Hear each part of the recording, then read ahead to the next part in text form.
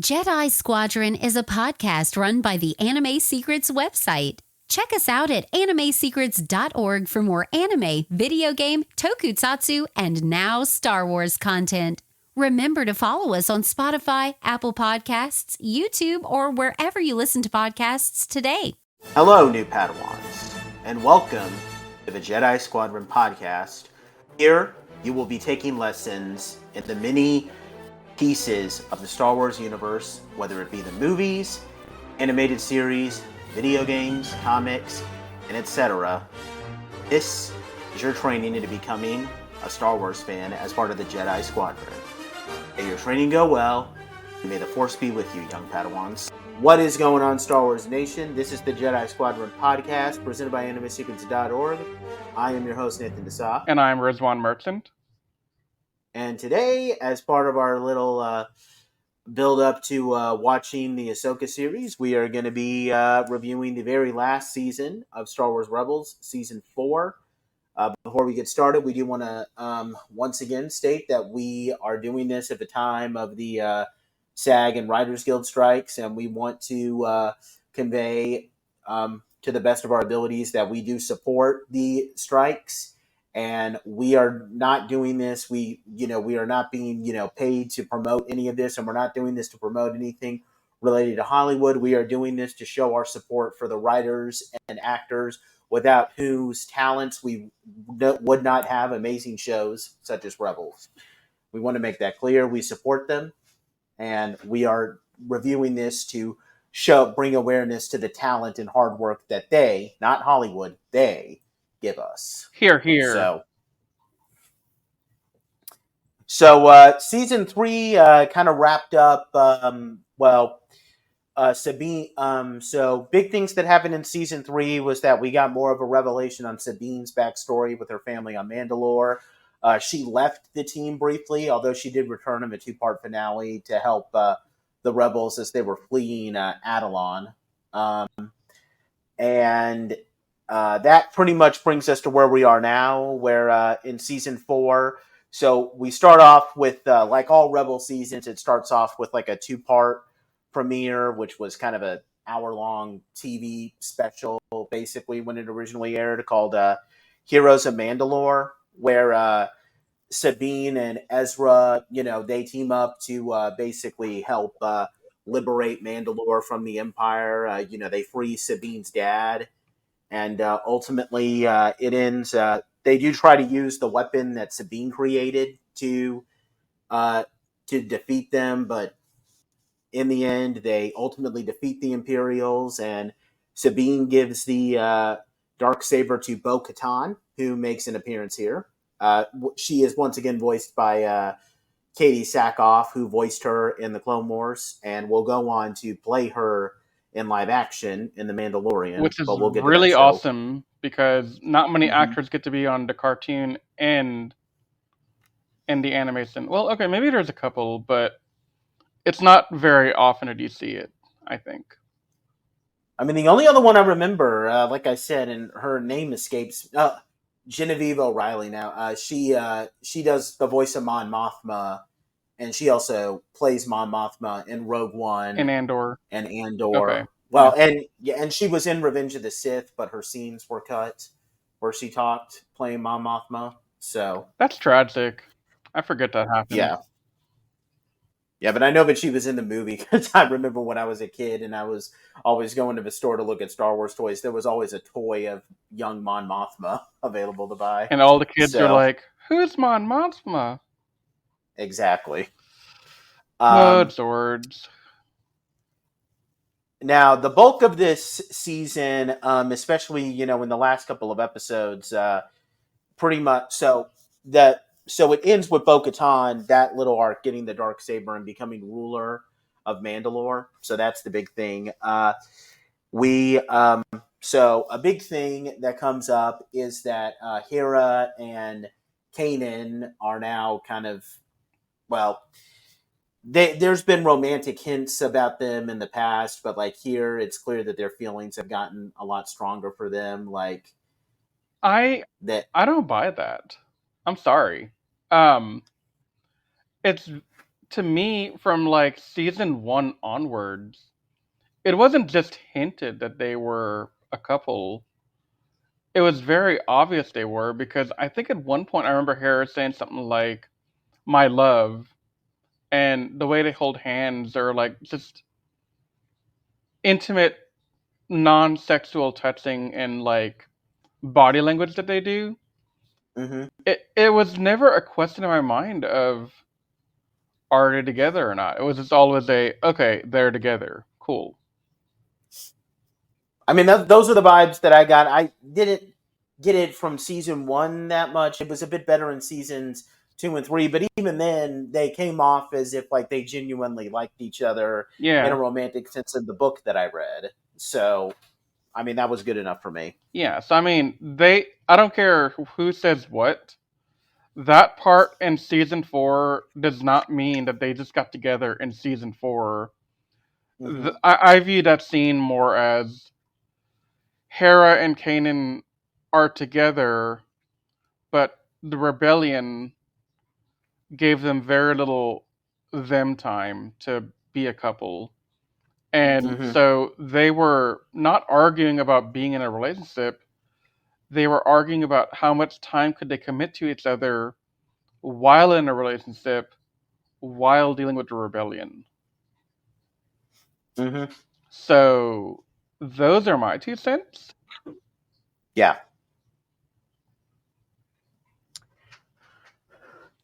So a couple of other things. The rebels have set up their base on the fourth moon of Yavin 4, which is the same base that we see the rebels at in A New Hope. In fact, General Jan Dodonna makes a couple of appearances. Uh, we get this other two-parter where I believe it was, yes, it was Sabine and Ezra. They get tangled in a little mission with Saw Gerrera, Yep. and we actually find out that and here's actually a crazy thing. I think this episode does establish it. Apparently, the Death Star super laser is powered by a giant kyber crystal, which in the Star Wars canon is the same energy source that they use to power lightsabers. They're called kyber crystals. So that's pretty insane. It Um, is. I mean, I just want to know where they found a kyber crystal that big. yeah, and then um, so there's a huge arc about. So first of all, there's a little side plot of Grand Admiral Thrawn trying to create his own TIE fighter program called TIE Defenders, which proved to be kind of a pain for them to deal with. But we get this big arc where the gang returns to Lothal, like they want to liberate Lothal, and all of their missions keep failing, and the rebellion, doesn't want to commit a lot of resources to Lothal because they don't view it as Yeah. strategically important. And uh, Hera gets captured when a squadron of X-wings that she leads to attack, like they all get shot down and they all crash, and she gets captured. And at the same time, Kanan is speaking with, develops this connection with these creatures called Lothwolves, which are like, there's like a mysterious connection between with them. And ultimately, after giving himself a complete makeover, like he shaves his head off basically and shaves his beard, he goes to save Hera.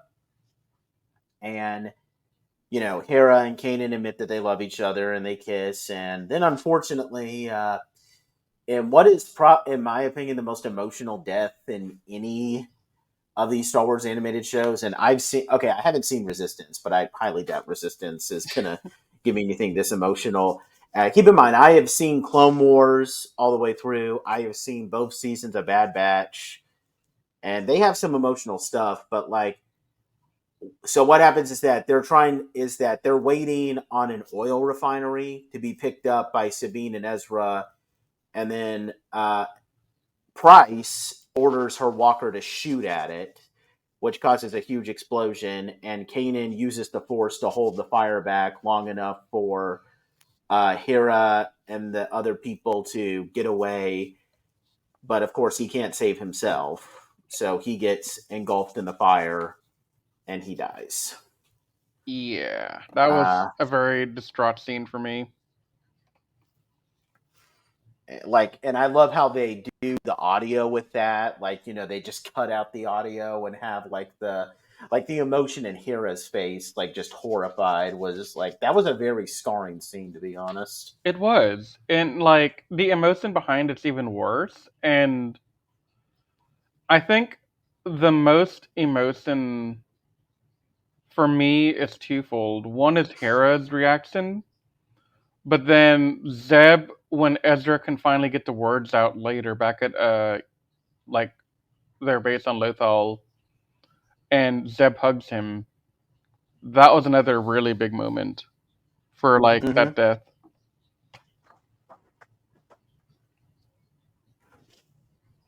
So speaking of Kanan's death, let's backtrack real quick to something I thought was kind of interesting.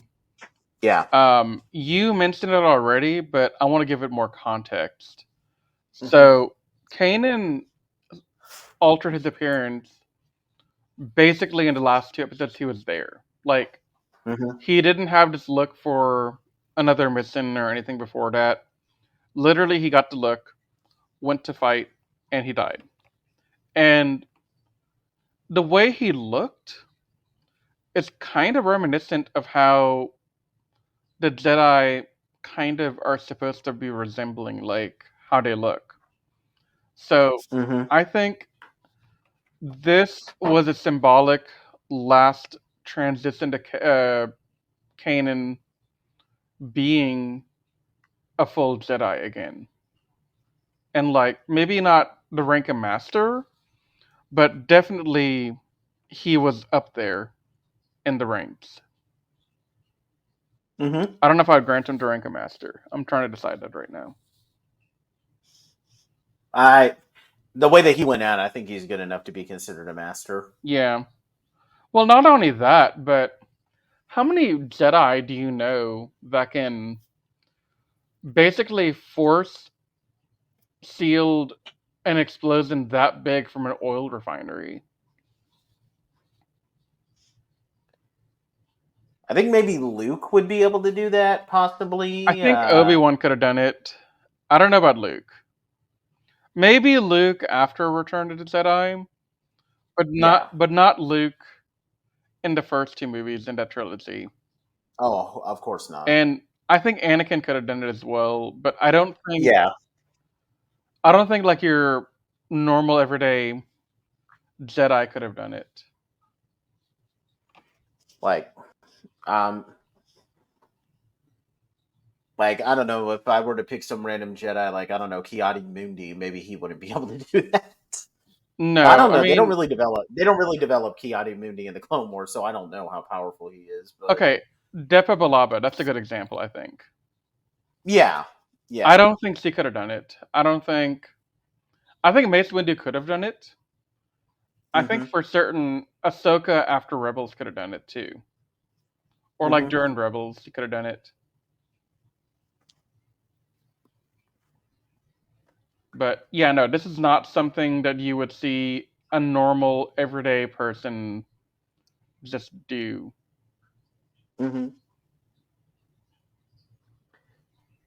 But the big things about the rest of his story is that so Ezra, shortly after Kanan's death, he and Sabine infiltrate an Imperial base where they're trying to uncover this like hidden temple, which is based off of the Mortis art. Like the Mortis characters, we saw those in the Clone Wars, one of the best Clone Wars episodes ever, and that allows Ezra to enter through a portal.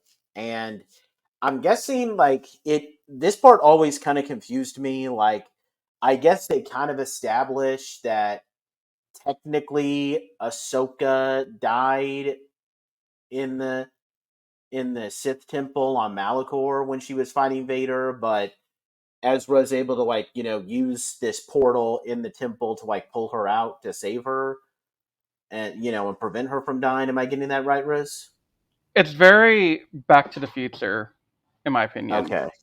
So Ahsoka died in the main Mm-hmm. canon universe, right? But Yeah. when Ezra reached through the portal in the world between worlds to save her, I don't want to say he made a new timeline or a new dimension or whatever you want to call it, but he definitely altered history in that moment because Ahsoka died and then she came back. Mm-hmm. Um, I mean, she also technically died in the Mortis arc during the Clone Wars and then got resurrected. yeah. So, So she has some protections on her, I feel like. yeah. But Ahsoka gets saved, and then they return, and basically the last two episodes are just a huge battle where they infiltrate the main Imperial base. Ezra once again summons the space whale creatures that we Yep. met, and I think it was season 2 that we saw them, Yeah. and they drive off Thrawn and his forces, but Ezra disappears, and the Price gets killed. Not that I really care because Yay. she's she's so boring. See, she's Uh, not boring. She had a role and she filled the role really well. And that role is I am the perfect example of an Imperial soldier in the Empire's army. I follow mhm. orders, I do what I'm told, and it's all for the glory and honor of the Empire. Yeah, I guess I could see what you're saying.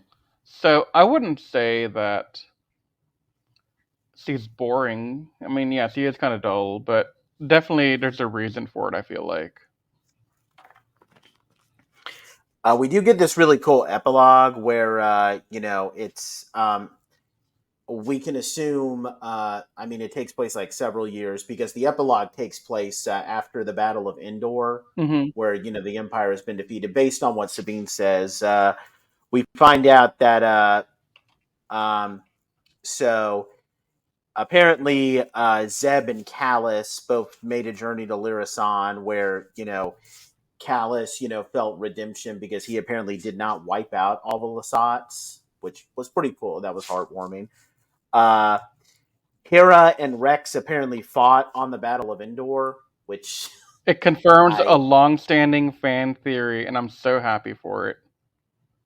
well, okay. We'll talk about the Rex and Endor thing in a second Yeah, because there's still some debate over that. Although I wonder how Hera fought. Like, was she a fighter I pilot think or so. okay? But then I wonder what she could have been flying because the only thing I know is that like if we're gonna go off those fighters that followed Lando and Wedge into the exhaust shaft, like she can't. There was one Y wing, and she can't be that Y wing pilot because there's a book that I've read that confirms that the Y wing pilot was a woman that gets married to Wedge a little bit later. Spoiler alert on that, but those books are lame anyway. I mean, And is it possible she married Wedge? I don't think so. no, because they give the name of that pilot. Oh, okay. Okay. Like she's a major character, so I guess she had to be one of the A wings. I guess I could see her flying an A I wing. mean, she could have also been a ghost, like piloting her ghost, but it's just off screen. We never saw it. Yeah, that's true. She and Kanan apparently had a child named Jacene I or have Jason. so many thoughts on that, but we're gonna get to that when we get to that. I love the name that they give it. I love the name that they give this child though, because in the Legends continuity, Han and Leia have three kids. They have twins, a boy and a girl. The girl's name is Jaina, and the guy's name is Jacene. So Hmm. I like how they use that name again. And for those curious who don't know Legends, their third child they name after Leia's father. His name is Anakin Solo. So Oh Lord. um, yeah. Although apparently Han wanted to call him Han Solo Jr., Of but it course he didn't work did. out like that. Of course he did. um, uh, so that happens, and it ends with Ahsoka showing up on Lothal and recruiting Sabine in scenes that we're actually seeing in the Ahsoka trailer. So we can assume that Ahsoka is going to pick up after this, and I guess we could assume also that like everything that we've seen of live action Ahsoka, like her encountering Mando and Grogu on, I can't remember the name of that planet, but the episode where, but it was an episode of season 2 of Mandalorian where we find out what Grogu's real name is, and I'm guessing also her briefly encountering Mando and meeting Luke on that planet in the Book of Boba Fett. I guess that's already happened. It has. That's been But confirmed already.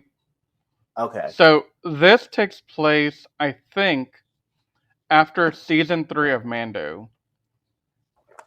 Mm-hmm. And the way I understand how this all fits together is they're trying to make, so obviously we're in a connected dimension with like a universe with Disney's canon, but Mm-hmm. Disney was trying to create some kind of MCU type thing, but the fandom has been calling this the Mandoverse. So Yeah. Mandalorian, Book of Boba Fett, Ahsoka.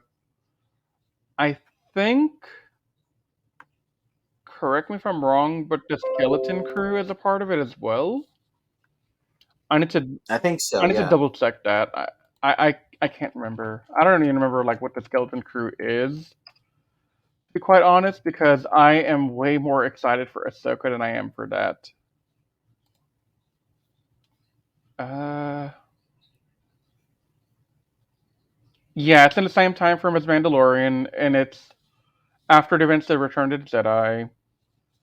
The premise is the series follows 4 kids who end up on an adventure to make their home after being lost in the galaxy following a discovery they make on their home planet. Yeah, I got nothing. Okay.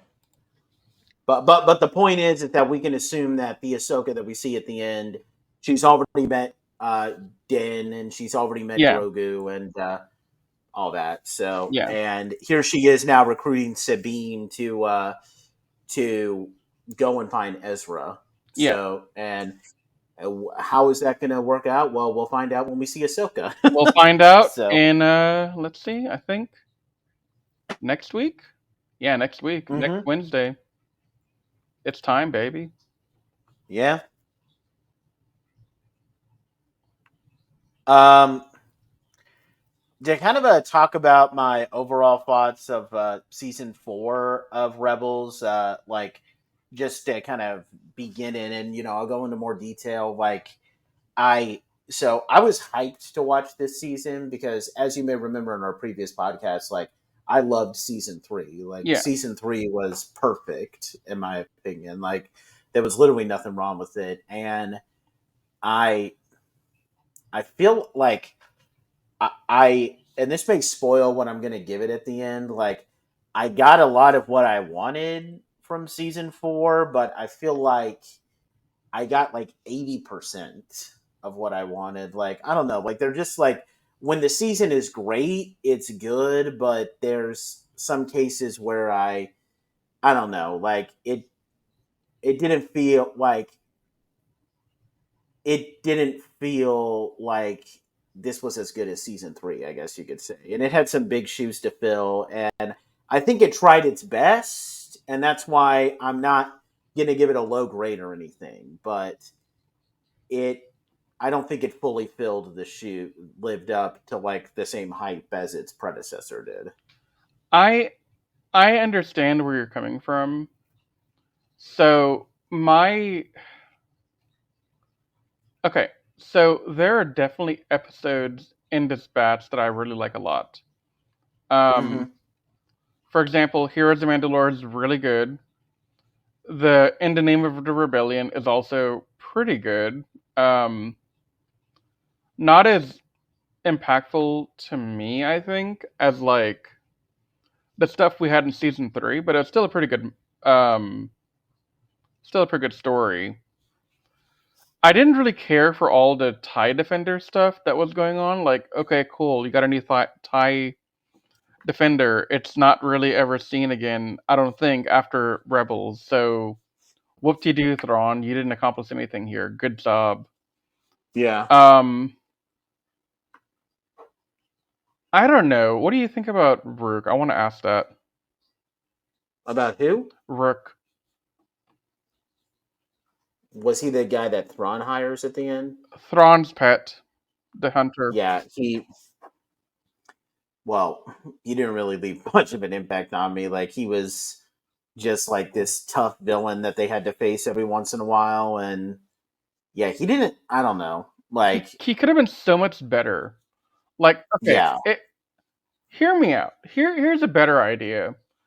Instead of having him, why didn't we get Cad Bane? yeah, Cad Bane would have been a much better bounty hunter tracker type person, in my opinion. and I kind of wish that, like, maybe that could have been the end of him. Like, don't get me wrong, seeing him in live action in Book of Boba Fett was cool from a novelty standpoint, but I kind of think that, but but I don't like how he went out in Book of Boba Fett. It would have been much better to just bring him here and like have him be defeated here or something like that. I have a ton of opinions on Book of Boba Fett with regards to that, which I will save for whenever Mm-hmm. you and I get to the Book of Boba Fett, whenever it happens to be, like in the next year or two. Yeah. But no, definitely, I have a lot of opinions there, and some of them are good, some of them are bad. Yeah. um, But yeah, I really wish that but Rook, Cad Bane was brought but back on this like, show. so we had this great villain, Thrawn, right? Like, he was a great villain all throughout. He never once faltered in the quality of writing. Mm-hmm. But then he has this weak person, Rook. And we're all just left kind of wondering, or at least I'm left wondering, why did we need him? Like, I understand he was there to increase the threat factor, but I don't think he was really all that interesting because we don't know much about him. Nope. So that's the complaint I have with the season, is that we're given a new character with no real backstory. And mind you, this Mm-hmm. is a series rich in character backstory. Even AP5, who, by the way, does not appear a single time Nope. in season 4, he was better written than Rook, in my opinion. Mm-hmm. So, I don't know. I just have a lot of opinions on that. I think Rook was a mistake. I mean, this season, in my opinion, like I have a similar issue with like season 6 of Clone Wars. Like, okay, I like both of these seasons. Like, they're both great and they both have a lot of amazing moments. But I look at the seasons that came before. Like, in the case of Clone Wars season 5, they gave us like the big arc where Maul takes over Mandalore, and Yeah. Obi-Wan goes through the emotion of seeing Satine die. And then right after we go through all those emotions, the season says, you know what? I don't think I've screwed with your emotions hard enough. I'm going to give you an arc where Ahsoka gets framed and it ends with her walking away from the Jedi Temple. And it's I was not okay after I watched that whole season. Like, I needed to take like a break for a week after Clone Wars. And then when I watched season 6, I liked it, but it wasn't as heavy as the previous season. And it's similar with season 4 of Rebels. Like, season 3 left me with a bunch of things that, like, Sabine's big story arc, and the penultimate episode is the whole thing with Obi-Wan, which is one of my favorite things. Like, I this season gives me a lot of good things, but it just feels overshadowed with how heavy its predecessor was, if that makes sense. I think part of the complaint I would hold here is you're right. It's not as story driven, right? Like there's a lot of stuff kind of left to be desired. Mm-hmm. But in the defense of season 4, we do have some nice callbacks and some nice story arcs that I feel like we need to give more attention to. Mm-hmm. One of my, I wouldn't call this my favorite part of season 4, but definitely something I greatly enjoyed was the Bo-Katan story Yeah. and all the stuff with like Sabine's parents and just digging into that and Sabine finally atoning for whatever happened in the past. I thought that was all really good, top tier stuff. I also liked the arc with the world between worlds, where Ezra goes out there and he starts walking around and he can hear Star Wars history all around him, past, present, and future, and so far into the future that we actually hear Rey from the sequel trilogy in the background. Mm-hmm. Oh yeah, yeah, yeah. I remember hearing that. That was pretty cool. Yeah, so I thought they did some pretty good stuff here. I kind of like to kind of make that a little bit more interesting. Would have been if they had animated more of the callbacks to those moments and sewn them as like different doors that Ezra walked by.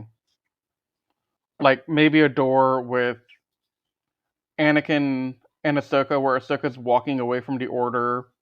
Maybe a Mm-hmm. door with Rey doing whatever Rey did in the sequel trilogy. Um, I don't know. Maybe a door where showing Obi-Wan and Qui-Gon's duel with Maul, or Yeah, I mean, we could have gotten something really good there, but we're left with, we're left with voices, and the voices are fine. It gives the meaning is conveyed pretty well, mm-hmm. but there's still stuff left to be desired, and I think it pulls down my. It doesn't pull down my appreciation, but it does pull down my. I don't know. Like this is definitely not a 10 out of 10 for me. No, it's not. I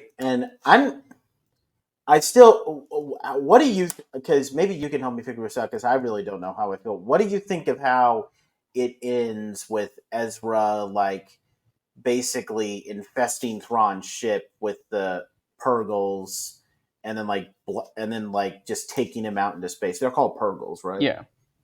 Okay. I okay. I was gonna ask you the same thing actually, because here's my problem, and I'm hoping somebody who hears this can explain it to me. But if you can, I mean. But Mm-hmm. my issue here is I 100% loved Ezra calling the Purgles and to finish it off. I thought that was Yeah. a really good gambit move on his part. My confusion comes with the Purgles had their limbs tied around Thrawn. Thrawn wasn't going anywhere.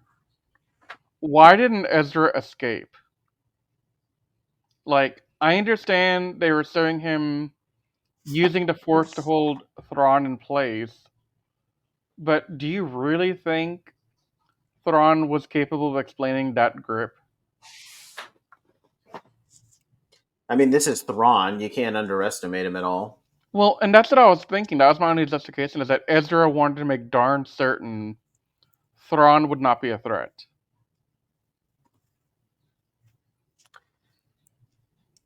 But, I don't know. I mean, I'm just looking forward to seeing like how all of this, like because Thrawn is still very clearly alive. We've seen him in a bunch of Ahsoka trailers now, so well, I'm wondering how that whole ordeal went down. okay, so this all ended in 2018 for me the first time.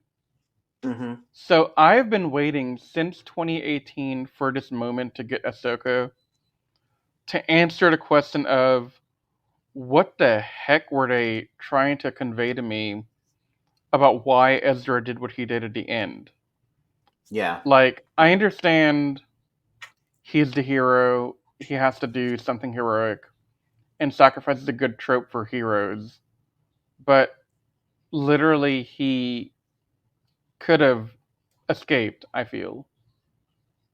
But the one reason they didn't let him escape is then you have to right away how we had another Jedi in the rebellion who didn't come into contact with Luke at any point.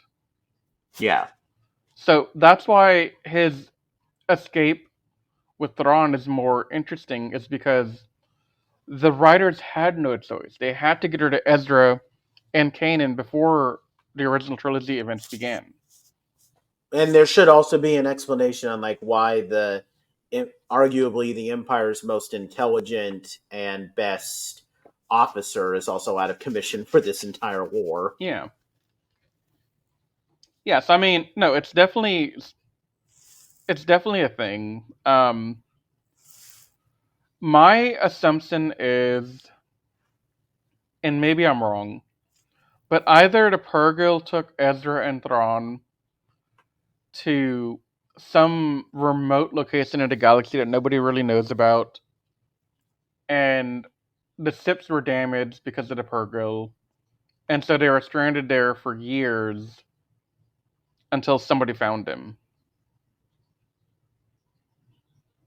Or possibly they were just taken out into wild space, which is like considered like the reaches beyond the galaxy in Star Wars lore. Yeah. So Now, do you remember in Mandalorian when we talk about, I think it was in season 3 at around the midway point, there's a scene where we see the crime syndicate discussing Thrawn. Remember that? I think so, yeah. Okay. So in that scene, they're implying Thrawn is coming back. So if that's the case, and if Ahsoka is set after Mando season 3, then that means that it was already known that Thrawn survived, and they found him, and they're just waiting for him to come back.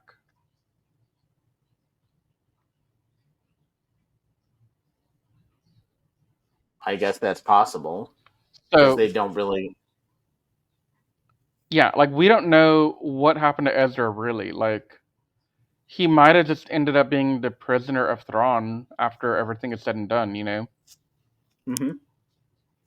Well, I'm really looking forward to seeing how that story turns out. Yeah, me too. I mean, that's more interesting to me. Okay, so to answer your question, now that I think about it more, now that I've kind of voiced it out loud, season 4 is great as a transitionary. I'm hoping for Ahsoka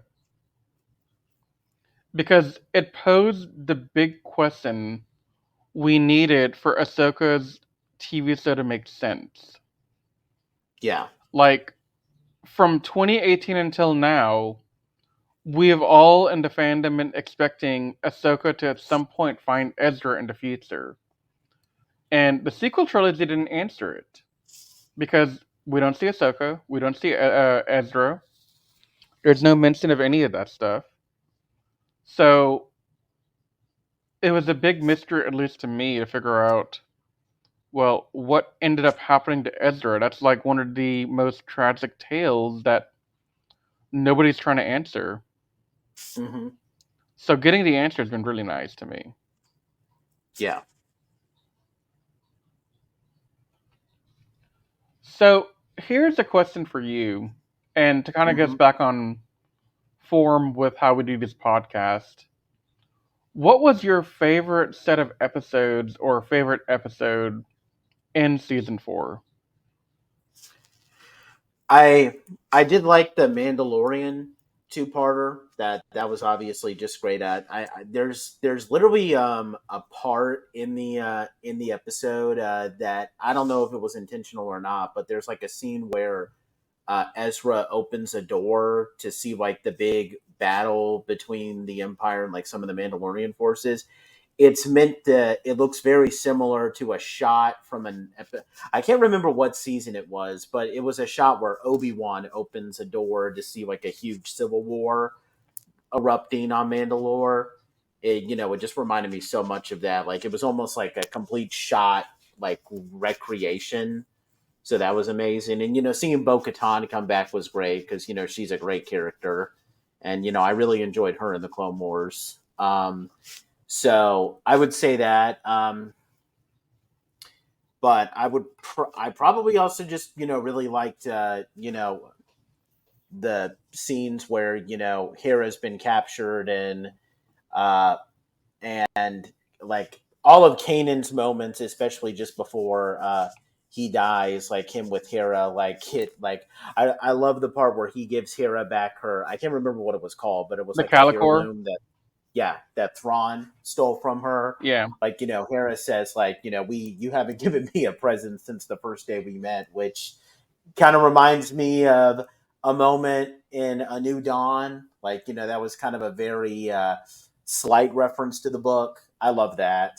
And like, I don't know, like Hera and Kanan were just like absolutely precious this season, which makes his death a lot more gut wrenching in my opinion. But Agreed.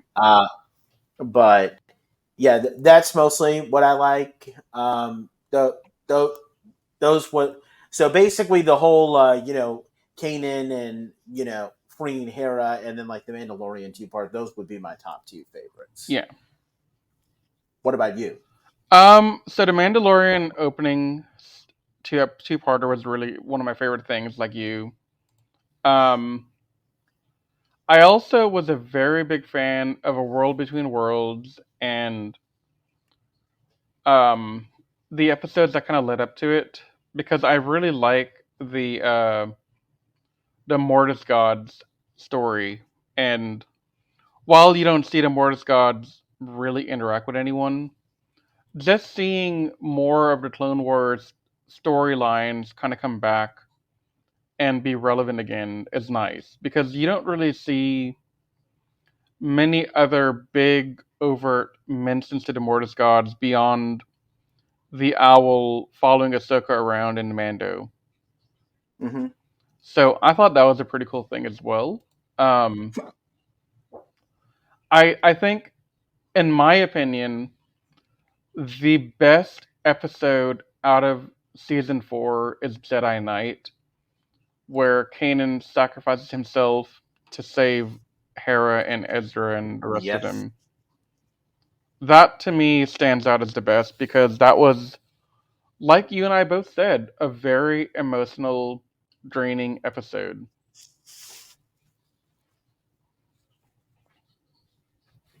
So I think that's my award for best episode is that one right there. Yep. I mean, what else are you gonna say is the best from this season? It's there ain't gonna be anything to do with Thrawn building a TIE defender. I don't know. I'm giving him Yeah. a lot of crap for that, but Only thing I know that the TIE Defender really ends up amounting to is that like the book that I'm currently reading, which I need to get back to because I want to finish that soon. Shadow of the Sith. Like there's this character who's like she's not a Sith herself. She's been possessed by like the spirit of a Sith. Like she uses a TIE Defender as her own personal ship, but like that's the most I think the TIE Defender ends up amounting to in the history of the Star Wars universe. yeah, I mean, okay, a better thing to have done if Filoni and company had more insight and foresight into what they were doing, they would have not introduced TIE fighters in the first 3 seasons of Rebels. Yeah. And they would have had Thrawn invent the TIE fighters that we know from the original trilogy. Yeah, like you could still have like I don't know, like they could still be using V Wings because V Wings were Yeah, basically the main fighters that the Empire used before the TIE fighters came along. exactly. So that would have made what Thrawn did a bit more impactful, in my opinion, to the rest of the franchise and beyond. Mm-hmm. So yeah, I definitely think it. Okay, I'm gonna stop stuttering here and just say there are definitely things that I feel like they could have done a lot better here. But overall, I will say I enjoyed season 4. Um, I thought it was pretty well done. We did get some nice moments with returning characters, even minor returning characters that I didn't expect to see again. Mm-hmm. Like I wasn't expecting to see Sabine's friend. What's her name? Yeah, her name escapes me at the moment too. The Mando friend of hers or whatever. Like I didn't expect to see her. I didn't expect to have the detail of okay. I expected Honda to come back at some point. Yeah, of I didn't expect course. Melts to come back again. Mm-hmm. Um, I think it was nice that they had all these characters come back because it kind of showed Ezra's impact on different characters throughout. Because all of these characters came back to help Lothal because of Ezra, with like maybe two exceptions. And that exception number one is Sabine's friend. The other one I would kind of lean on as another exception to that rule. I kind of feel like Wolf and what's the other clone's name? Gregor. Ryder. Gregor. Yeah, I kind of feel like they didn't come back for Ezra per se, but because Rex asked them to. Yeah. But it was still really cool to see them come back and do one last hurrah. Mm-hmm.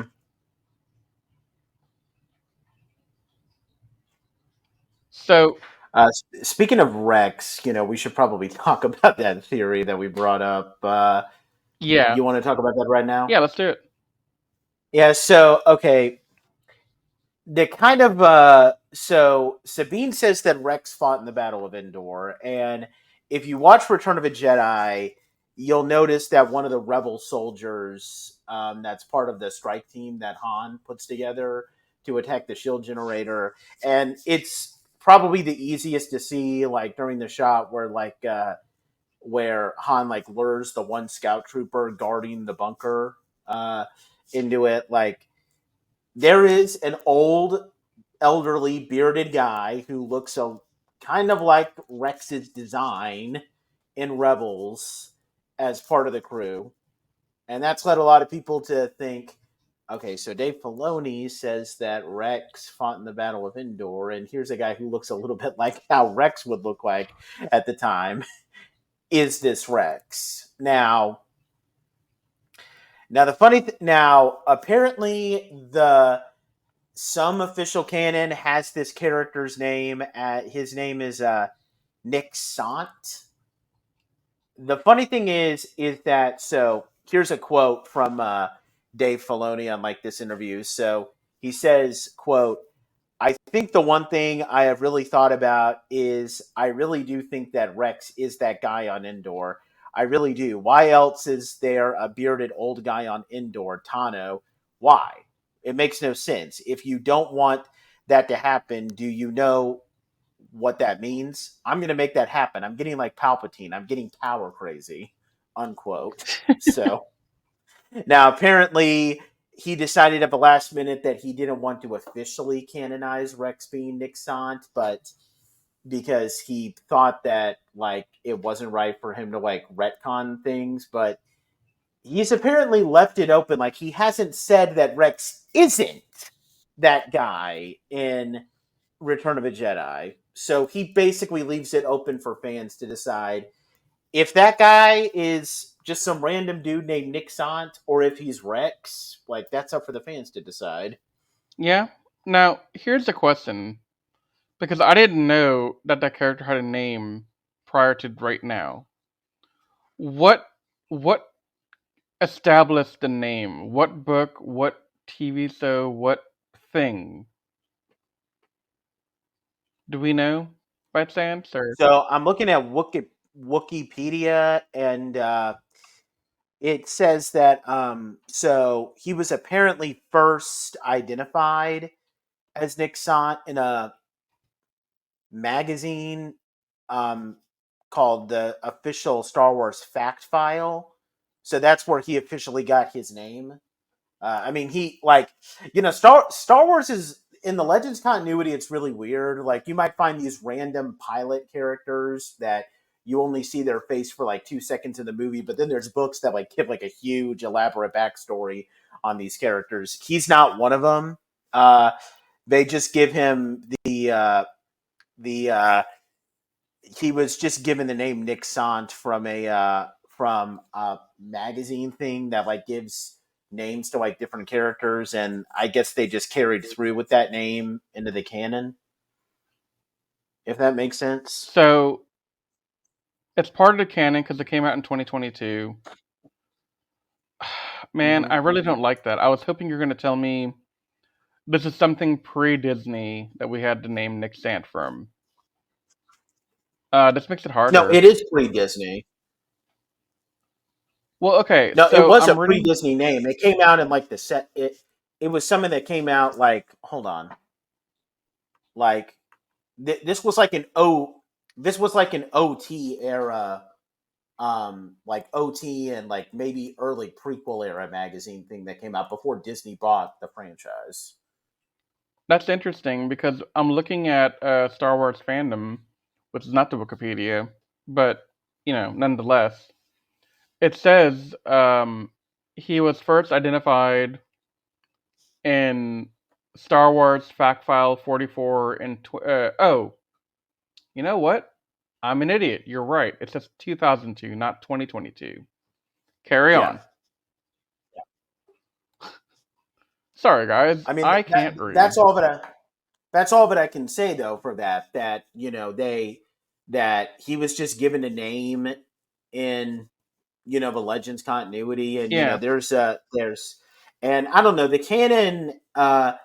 canon tends to respect established characters in Star Wars where they just don't want to change any names. So I guess that's just what they did. Yeah, no, definitely. I think in this case, we have the very good, strong case here that this is Rex. Because guess what? Mm-hmm. Disney owns Star Wars now, and if Filoni wants to call that Rex, and there's no other primary canon thing saying it's not Rex, then it's Rex. I don't know. Just thinking about Rex, fighting on Endor is just an awesome idea. It is, because it it gives him some finality that at least one clone trooper made it long enough to see this entire prolonged war end. Because truly, Clone Wars ended, but they didn't really end because there's no real winner. But the final winner Mm-hmm. came out when Palpatine lost. And Yeah. so having a clone see that and finally feel like the war is over, that's a pretty good idea to me. But at the end of the day, Dave Filoni has just said, if you want to believe that Rex is Nick Sant, go ahead. And Yeah. if you don't, you don't have to. I just want to choose to believe that it's Yeah, Rex. I mean, why wouldn't you? Yeah. Um, is there really anything to talk about with Zeb this season? Because I don't think we mentioned Zeb by name even once. I did. Well, okay. Yeah, I think you did I once, mentioned but Zeb once when he hugged Ezra. But right. no, there's nothing really with Zeb that really happened.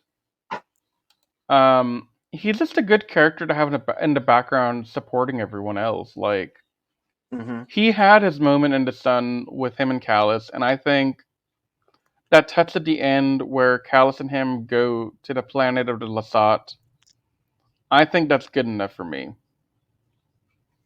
Yeah. I mean, I still need to finish Mandalorian season 3. I do know that he's in an episode in live action because Mm-hmm.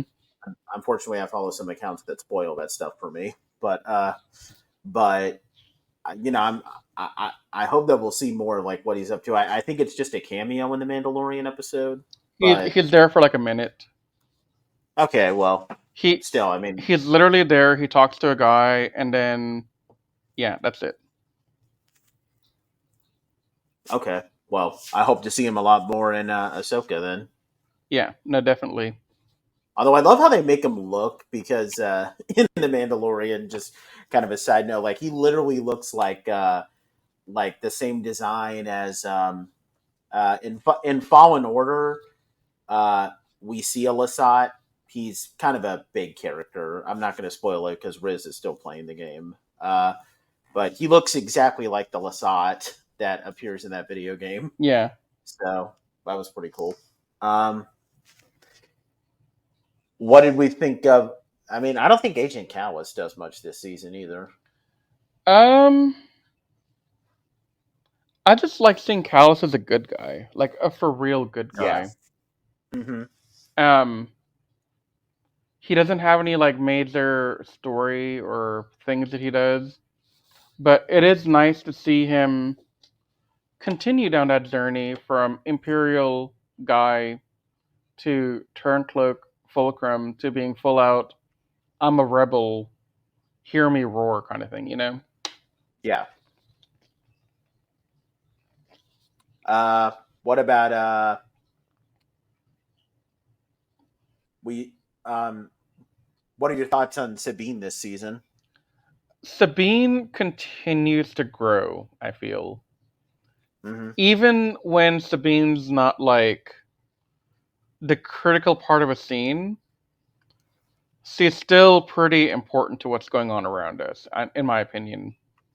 And I can say that with confidence because she has a lot more screen time with Ezra this season than she did in the past. Like, the two of them have gone off, like, I think 3 times this season to do something together while Hera, Kanan, and Zeb do rebellion stuff. Yeah. And, Kanan's there for the Mandalore stuff, but there's a lot of scenes where Sabine is just, you know, either she's dealing with her family or she's trying to figure out what did Ezra mean by he trusting her to help. Like what is he expecting her to do, kind of thing, you know? Yeah. So it's interesting. I don't know. I don't know what more I can say beyond the fact that I think this is just more good Sabine writing, in my opinion. Yeah, and I'm looking forward to seeing Sabine in live action and just, doing her thing in Ahsoka. Yeah, I have a lot of questions about Sabine in the Ahsoka TV show, but that'll be something we touch on at the end of the podcast, I feel. Yeah. Because I have questions that I want to get your take on. Mm-hmm. What do you think of Hera? I mean, like I said, she and Kanan are adorable this season, and I love seeing how I loved their little connection. Like, I mean, it's hard to talk about Hero without also bringing up Kanan. Like, Yeah. They because I mean they've been through a lot. I mean, I know their original adventure together since I read the book, Mm-hmm. which was already really really big. So I mean, so I know more of like what they've gone through, I and outside of just the show, and I'm Yeah. sure there's comics that might revolve around their life before that too. And if there's not, well, then somebody needs to get up on that. Get on that, Disney. We need more content with Um, these two. but her, I kind of. I thought it was really funny when, like, she gets injected with this toxin that's supposed to, like, screw her up, and then she, like, sees Kanan outside, and she's like, Kanan's gonna come in, and he's, like, gonna just totally, like, screw Dude, you up. You guys are in, like, so much trouble, man. that was the best Like, part of it, in my opinion. yeah. Which makes it all the more powerful, where she tells Kanan that she loves him, and then Kanan is like, are you sure that's not the toxin talking? Like, It might be. no, that was real. I I know. know that. I know that was real. It's just funny that it's Yeah. not. Yeah. Now, I wish we could have seen more drunk Hera on the show. Now, She's just funny like that. my next question may not be 100% age appropriate for this podcast, but I'm still gonna ask it. When did Kanan and Hera have time to sneak away for like a minute or two to create the baby? Like, I don't know. because I've been wondering that too. they're right, like the episode prior to all of this stuff happening with Hera being kidnapped and all that, Hera and Kanan are talking about how they've had a lack of intimacy and they've been so, you know, involved in the rebellion that Hera hasn't even had a chance to think about what life after rebellion really means, and that hurt Kanan. But Yeah. before the two of them can really talk about it, I think it was Zeb and Sabine that kind of ruined the moment for them.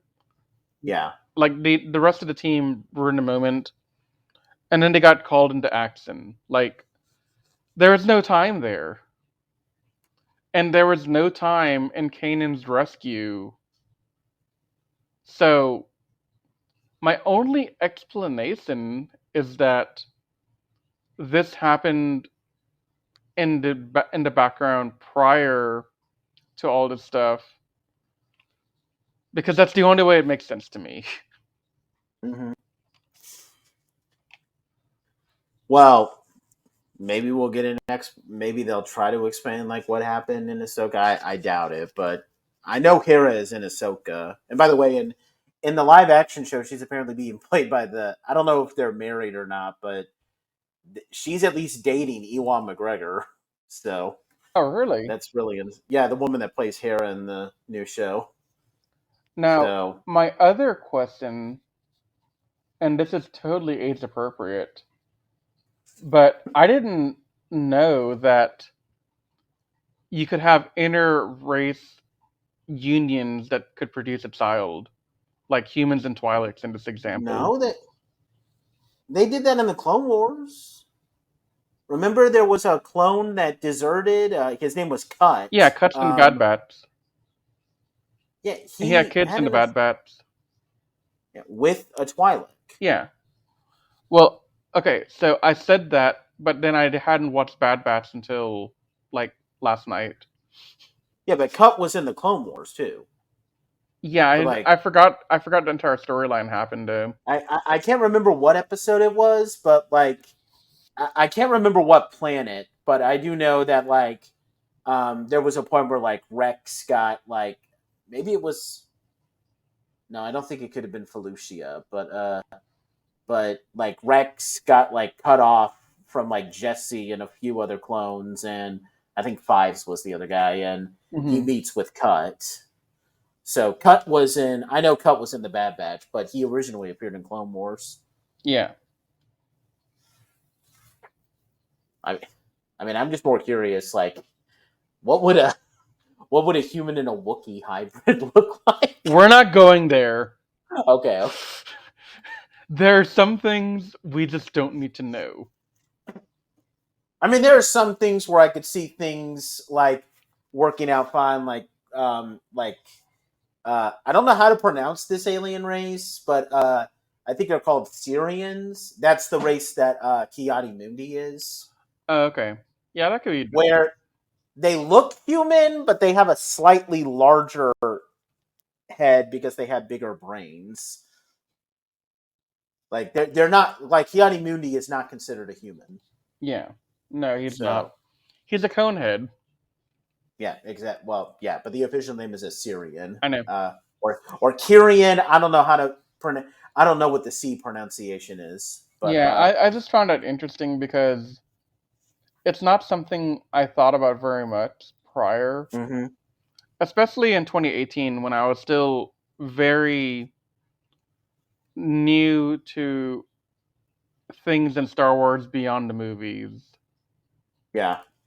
Like, at that point I had seen all the Clone Wars, I'd seen all the Rebels, but I didn't have that background that you had with the novels prior in the expanded universe. Yeah. Or sorry, the Legends universe, whatever you want to call it. Yeah.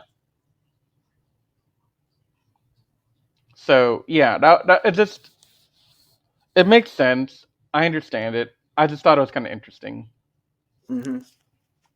Um, What did you think about Kanan this season? dude, Kanan was a G to the end. Like that man, Yeah. he was just handling business left, right, and center in every episode. Mm-hmm. I I don't think there's much else to say. I've always loved Kanan. I loved his backstory, and just seeing him go out like this, like Kanan might be one of my top 10 favorite Star Wars characters now. Mm-hmm. With just how he went out. I've already, given my overall thoughts on Kanan, with how I thought, of him in the previous seasons, and there's not really much else I can say about him with this season, other than that he's just a great character, and he might, honestly, maybe just behind Ahsoka, he might be Dave Filoni's best original character. I would think so. If we're talking about Dave Filoni originals that are like amazing, Yeah. um, I might argue Sabine is up there as well. So I think Sabine, Ahsoka, Kanan are some of the best written characters we get. Yeah. Um, Not to say that Ezra is not also really well written, but um, I think there's still a lot to Ezra's character we haven't gotten yet. Yeah.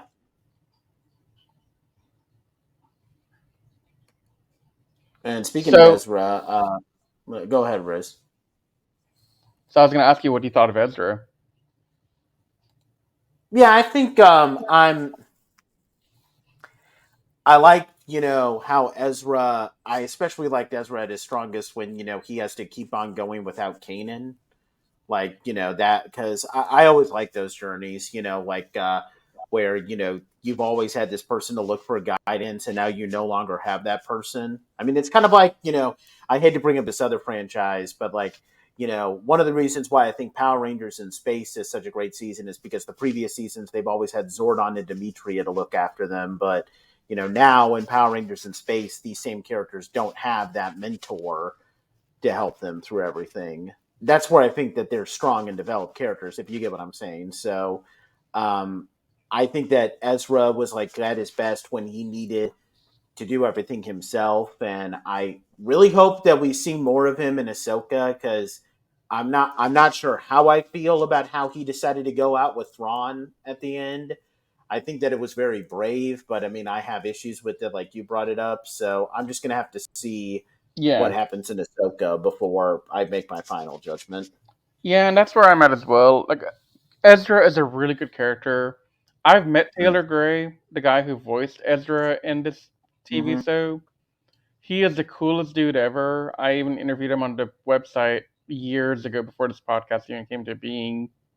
Mm-hmm. Um, yeah, I've always had nothing but respect for Ezra. I've always struggled with that end scene with Ezra having to stay with Thrawn and the Purgils to go off like that, and also trying to understand where they went. Mm-hmm. I don't know. I feel like this might be silly to even bring up, but my memory of that scene from 2018 is way different than what actually ended up happening, and I find that hilarious. So, for whatever reason, my memory was Thrawn and Ezra are locked in battle. Like they're literally holding each other by the throat, battling, Mm-hmm. and that's when the Purgils decide to go into hyperdrive and take off, Yeah. which would explain why Ezra couldn't get off the ship. But I was surprised in my second watch through that I had remembered it wrong, and I was remembering, man, it's still funny to me that the first time I watched it, and after I thought for like a year or two, this is how it ended, but it didn't.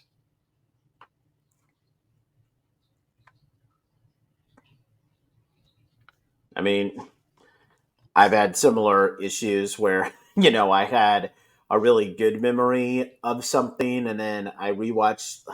Okay, this is an infamous thing. I'm not going to mention it by name because I don't want to trigger a rant from Riz in our next Toku Secret podcast, but there was a certain Sentai that I watched way back when I was in college, and I got some of these ideas based on things that I saw, and I liked it. And then we just recently I had to rewatch it for a podcast that we just did, which I mean you guys can watch, and you'll know that Riz is not a huge fan of that one. And I realized in hindsight that yeah, nothing that I remember about this Sentai being good actually happened. So but I'm not going to mention names because I don't want to trigger anything. You've already triggered a memory. But yeah, But I will not retaliate because the next episode of Toku Secrets is episode 100. Yeah, that's right.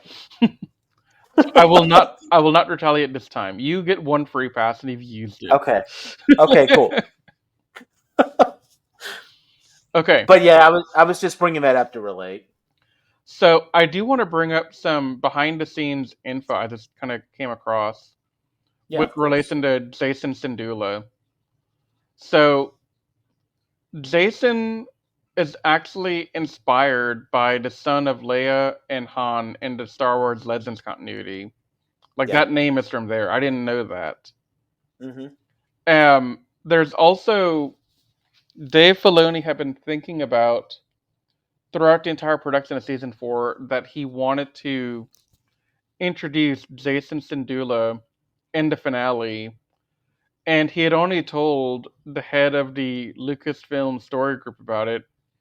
According to the article, Carrie Hart's the name of that person, and they were supportive of the character's introduction.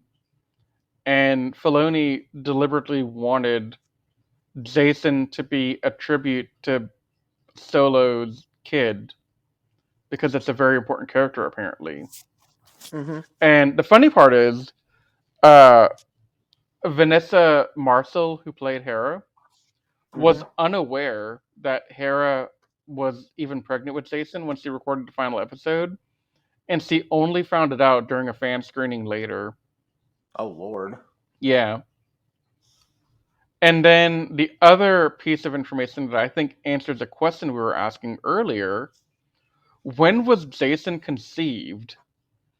And according to Rebels writer Henry Gilroy, Jason may have been conceived during the episode Kindred, in the scene where Hera finds Kanan meditating out in the fields, only for that scene to be cut short with a time cut. Oh, okay. But that makes sense now. But nothing in the canon has confirmed it, so take it as you will, that this could be the official explanation. Well, I'm going to take it like that. Yeah. Filoni also goes on to say he hadn't given much thought to where the character might go in the future. Many people at Lucas wanted to have more Jason after. He will appear in Ahsoka, apparently. Does he have abilities in the Force? Because his dad is a Jedi. Well, remember, Hera said he has my flight, like my passion for flying, and then, well, we all know who the dad is. Mm-hmm. So that makes me think, yeah, he has some Force abilities as well. And he might be trained by Ahsoka or Luke in that, new Jedi Order being formed. Yeah. But I do like how they name him Jacene. Like I haven't read much with Jacene. I am planning to actually read the new Jedi Order series, which is where they're prominent characters. I don't know as much. Maybe our friend John would know a little bit more about them than I do, but I do know that they're major characters, and they both go through I do know kind of the basics of Jacene, Jaina, and Anakin Solo. So, but yeah, they are important characters. I can give them that, and I'm glad that they paid tribute to one of them. Oh yeah, no, definitely. Mm-hmm. Was there anything else to talk about? Yes. So one other interesting bit. So going back to the scene on the world within world, or what is it called? Crap, I'm getting tongue tied. A world between worlds. Mm-hmm. The part when Ahsoka and Ezra escape Palpatine, Ezra goes back to where we see him. Ahsoka hops through the portal. Now, I haven't seen a very good um, explanation to Ahsoka's exit in that scene. And so I'm left wondering which of my two ideas makes the most sense to you. When Ahsoka jumped through that door, did Ahsoka jump back to Malachor at the same time, plus or minus a few days, of when everything went down in Malachor?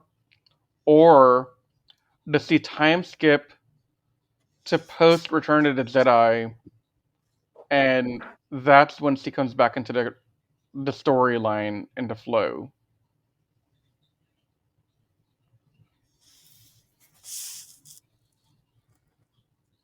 I would say maybe she jumps into the post Return of a Jedi to get back in the flow, just because I feel like that makes a little bit more sense.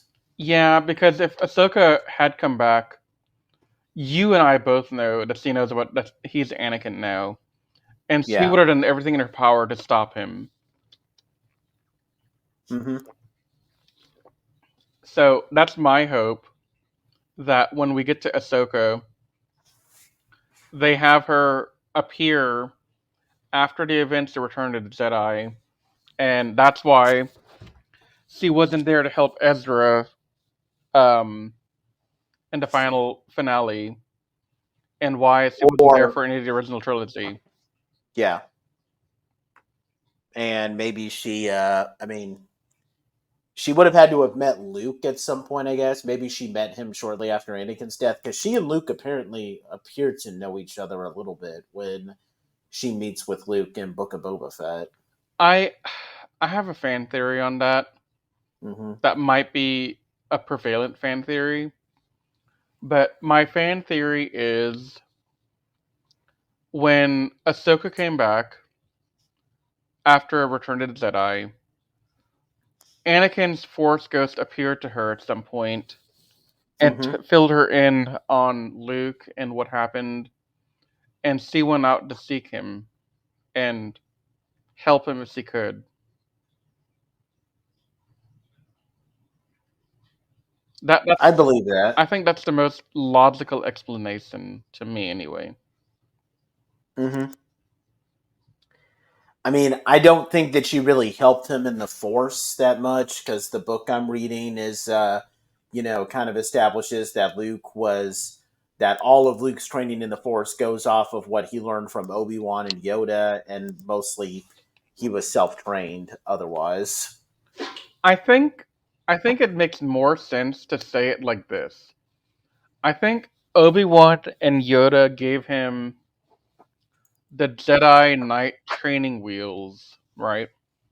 Yeah. But I think everything else after is 100% him and his raw talent in the Force. Mm-hmm.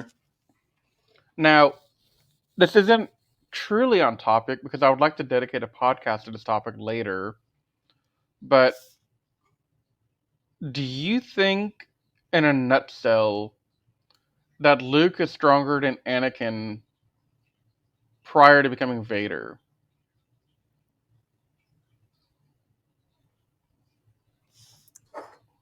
And by If we're talking about stronger, him, I want to throw in a caveat. I mean more attuned and more powerful in the Force. Raw talent. I think in terms of raw, Possibly that might be it. That'll be a good subject for another podcast. I definitely think it's Anakin, but we're gonna have to hold that until another podcast. I might even. Okay.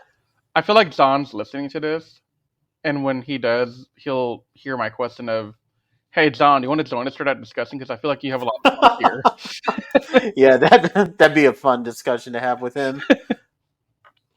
I think that'd be a really fun topic, and we need to do it. Yeah. I mean, the only other thing I could think of is that, like, in relation to Ahsoka, like everybody's been doing all this fan art of seeing like Ahsoka and Luke having a thing for each other. Which I No, mean, no. I can't do that Nope. because here's the problem: Ahsoka's a teenager when Luke is born. So, if not like at least legally, if we're gonna go by like our timeline here in the real world, legally allowed to drink by the time Luke is born, for lack of a better Look, age difference. they're family friends. They have a shared history. They're gonna bond over that. Yeah. It's okay for a guy and a lady to have a familiar connection without it being anything more than that. Yeah. So those y'all in the fandom who are trying to push for an Ahsoka Luke pairing, get your mind out the sip gutter. But I will say I'm cool with Luke having a romantic pairing because he did in Legends. So Only if it's you want to Mara get. Jade. Oh, okay, good. You know who Mara Jade is. Good. Is that how you say it? Mara Jade. I've been saying Mara. Well, same difference. No, I know, But, I know about her. I've read quite a bit about her Yeah. on Wikipedia in the past. But yeah, we've kind of drifted a little bit off subject. Like, what would we say is our final, like, just a final grade on Rebel season 4? So I know yours is an 8, from what you said earlier. Yeah, but I mean, just to get mine out of the way, it's good. It's not it, and I'm gonna give a similar thing when we do Clone Wars and we talk about season 6. I don't think this is bad. I'm glad that I watched it, but Yeah. there's a lot of pieces that are underwhelming, and when I compare it to how heavy and just overall, for lack of a better term, perfect its predecessor was, this just is I can't help but just feel a little disappointed, if that makes sense. Now, the answer I give here, from my very bad memory of season 6 of Clone Wars, will be the same answer I give you there. Mm-hmm. Season 4 of Rebels sets up something bigger than itself. Season 3 culminates in all those thematics we talked about already, right? Like, Mm-hmm. but season 4, we had some neat thematics that I'm going to bring up real quick. Nothing too ground shattering here, but we see Ezra go from Padawan to Jedi Knight. Now, he's not officially knighted by the Force, Right. but he definitely, by this point, has earned the rank of Jedi Knight. So, his final test to show that he is worthy of being a Jedi Knight is Kanan'S death and how he handled it. And how he didn't go and save Kanan from, everything. Like, Yeah. he understood the Force, he got in tune with it. Ahsoka helped him, but he still made that final conclusion on his own, and he agreed with her. That's huge. But, all of that to say, Season 4 was a transitionary season to bring us to the next storyline. Mm-hmm. The next storyline being very, varied depending on what you want to talk about. This leads directly to Rogue One. This leads to Ahsoka, and this has impacts on the original trilogy in a way. So there's a lot of things going on here that set up other stories or connect to other stories at the very least. And just like with the Clone Wars season 6, that set up a lot of the stuff that we see in the Bad Batch. And it also explains a lot more about Order 66, I feel like. Yep. So these are all transitionary things. You need this context to understand the next thing. And that's kind of the beauty, in my opinion, of Star Wars, is that everything ends up being one big, long, cohesive story. Like, I've I've attempted, and I'm gonna reattempt it in the future. So I've tried to watch episode 1, episode 2, the entire Clone Wars, episode 3, um, alongside season 7 of Clone Wars, right? Yeah. Rebels, I've tried. So I got all the way through Rebels, and I think I watched the Han Solo movie, and yeah, I watched Rogue One. I was about to start the original trilogy, then I moved, and I never completed it. But my game plan was to go from the original trilogy into Resistance, the cartoon that I'd never seen, I still haven't seen, Yeah. and then from there go into Mando, and then hit the sequel trilogy. Because if you watched it all in chronological order with everything tied in, you get a very interesting epic saga. Um, and it's not just the Skywalker family at this point. The Skywalkers are a big part of it, but there's a lot of other characters who deserve a lot of love and respect. Kanan, Ezra, Ahsoka, um, Mace Windu. A lot of these characters that we get, they have very big parts in the franchise, and they have their own stories and their own views and their own stuff. Hell, Grogu and Mando as well. Yeah. So I just like, if I were to give the explanation for what it is about Star Wars that draws me in so completely, it's the completeness of the story and the fact that Lucas, Disney, and all the others, they're building up and filling in all the gaps that we've been asking about. And even creating new things that we didn't expect. Like, I had never thought to even think about a Mandalorian type of story, like a TV show. But they did it. And it Yeah. worked out really, really freaking well. But all that to say, I think I'm going to land on an 8.5 for this season. And I think that's fair. Yeah. Now, what I I can say this definitively because I've seen Clone Wars all the way through, and I know how I feel about Clone Wars, even if I do rewatch it.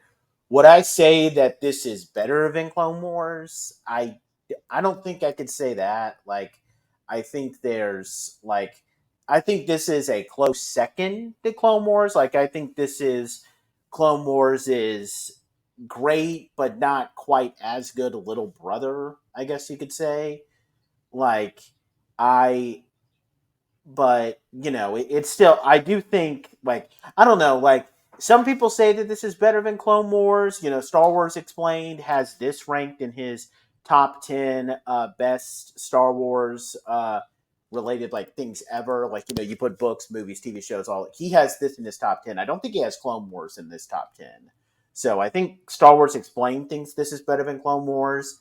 I I probably prefer Clone Wars just because I have a little bit more of like I resonate a lot more with the prequel era characters, but that isn't. But I would still probably put this, like, if I'm doing my own thing with like what Star Wars Explained did, like my top 10 favorite Star Wars contents ever.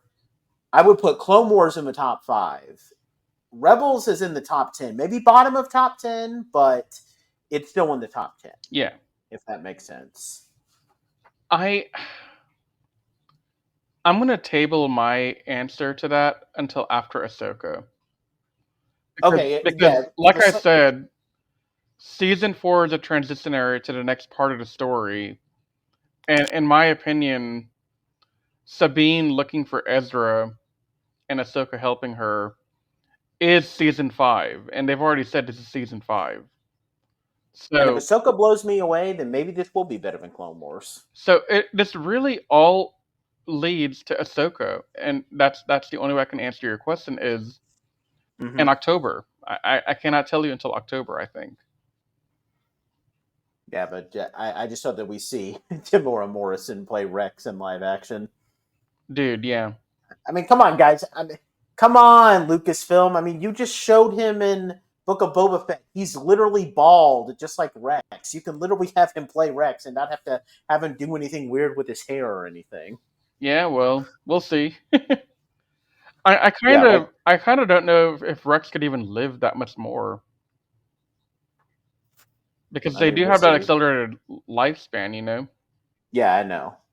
So I don't know, like going back to that topic from earlier about Rex on the Battle of Endor.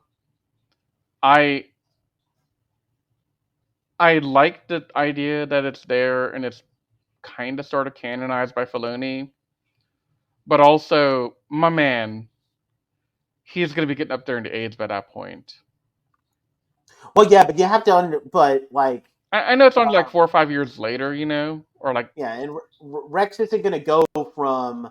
I don't think Rex is going to be going from a guy who's in enough shape to like go in guns a blazing on Lothal, and then 5 years later he's just completely oh no, shut he's not down completely again. shut down, but he's not in his prime. Like his prime is deteriorating more every day. So I would imagine, if Rex were to ever come back into Ahsoka, Mm-hmm. he would still be a warrior, but he'd be kind of frail. Yeah, but hopefully we'll get some closure with him in Ahsoka too. Well, we have to because Mm-hmm. we're getting Anakin at some point somehow. I hope Oh, it, when I see that, my eyes are going to be melting from crying like that. dude. All I want is for Anakin to be a Force ghost and talk to Ahsoka. That's all I want. Okay, if I get a flashback scene Hayden Christensen's Anakin talking with Ahsoka, that would be great. I'd be okay with that, but I want Force Ghost Anakin talking to Ahsoka in the present timeline. Yeah, I know. I mean, it would still be perfect. Like, okay, I have nothing against Rosario Dawson. She's a great actress. This would be completely perfect if we had Ashley Erickson Eccleston. Eccleston. Sorry, if she was playing Ahsoka. But I like Rosario Dawson, so I mean, Oh yeah, I'll live Rosario's a with great it. character, a great person. I think she's good for the Yeah, role. and I mean, I see her taking all these photos with Hayden Christensen, where they're pretty affectionate with each other. So Yeah, yeah. Please don't tease us with that. Just give us the Anakin stuff. yeah. We need like a proper Anakin Ahsoka moment. Like it's been building up for way too long, man. Yeah, like I was hoping to get a flashback in Kenobi where we get Ewan McGregor, Rosario Dawson, and Hayden Christensen talking, and we didn't, which really disappointed me. And I'm not trying to say anything bad about Kenobi. I actually like that show, but We're gonna talk that about was that one still day. really disappointing. Yeah, Yeah. I have a lot of opinions there as well. That from what I'm understanding now, looking at the fandom, I'm in a minority on that. On liking Kenobi? Yeah, I like Kenobi, and a lot of Yeah, the so do fandom, I. a lot of the fandom hates it. They seem to be split. I think this is just another one of those cases where the toxic fans are a bit more vocal than. Yeah, I've been on Reddit, and it's been pretty. Yeah. They've been pretty vocal lately. Yeah. Like the last 3 days, I've seen a different thread spawn up about Kenobi being terrible. Mm-hmm. So, But anyway, what is the next show that we were just to clarify? What is the next thing we're going to be looking at? well, I think episode 1 of Ahsoka and episode 2 of Ahsoka next week. Yeah. We're going to record at some point in the next couple of weeks the Thrawn book. Just depending on how quickly I can go back and read it, because yeah, That'll be the limiting factor when we can read it. Now, Now, do we want to cover Clone Wars? I want to try and get us back to the original trilogy. Okay. But I do want to do 2 book reviews before the original trilogy. I want to do Thrawn and I want to do Ahsoka. And I'll be fine with that. So I don't know how we're gonna do the schedule for the book reviews, given this podcast will be published later this week on the 18th, and then I think on the 25th we'll be doing our review on episode 1 and 2 of Ahsoka, and then every week after on that Friday will be the next episode of Ahsoka. So maybe we'll do like an episode in the middle of the week at some point on the books, or maybe we'll hold it off until the end. Nate and I will discuss that, and we'll let you guys know when we figure it out. But definitely on the horizon, we want to review both those books, and then long-term plan, original trilogy, and then from there we're going to figure out what we're going to do next. I have an idea in mind, but definitely Nate and I need to talk about it more. Yep. But this wraps up our review series of Rebels. It was very fun. This being our first big thing on the Jedi Squadron podcast. I hadn't seen Rebels all the way through, so it was very fun. Watching this for the first time, and I'll probably rewatch Rebels again, and I'll probably like it a little bit more, especially if I end up getting blown away from Ahsoka. I mean, I can finally say it. It's about damn time you finished Rebels. Yeah, I know. I know. But with that said, we thank you guys so much for taking the time to listen to our podcast. If you're watching this on YouTube, be sure to leave any comments down below with, something you'd like for us to review. If you have a novel review that you want me to review and I've watched and I've already read it, I'll immediately review it, and I'll make reviewing anything that I haven't read, like, a top priority. Like, I'll try to get it read. Leave us your comments down below with your thoughts on Rebels. And same with like Apple Podcasts and Spotify reviews. Yeah. Definitely leave any feedback there on what you'd want us to cover next, or any thoughts or insights. We do want to read all that stuff out on the podcast here as we get it. Yeah. So, yeah, definitely let us know what you guys are thinking, and remember to also leave us that good old 5-star review or whatever rating you think we deserve on Spotify, Apple iTunes, or wherever else you get your podcast needs. Nate, close it up. Yeah, and we'll see you guys next time when we take a look at the first 2 episodes of Ahsoka. We're really looking forward to that. But until that time, you guys stay safe. We love you, and may the Force be with you.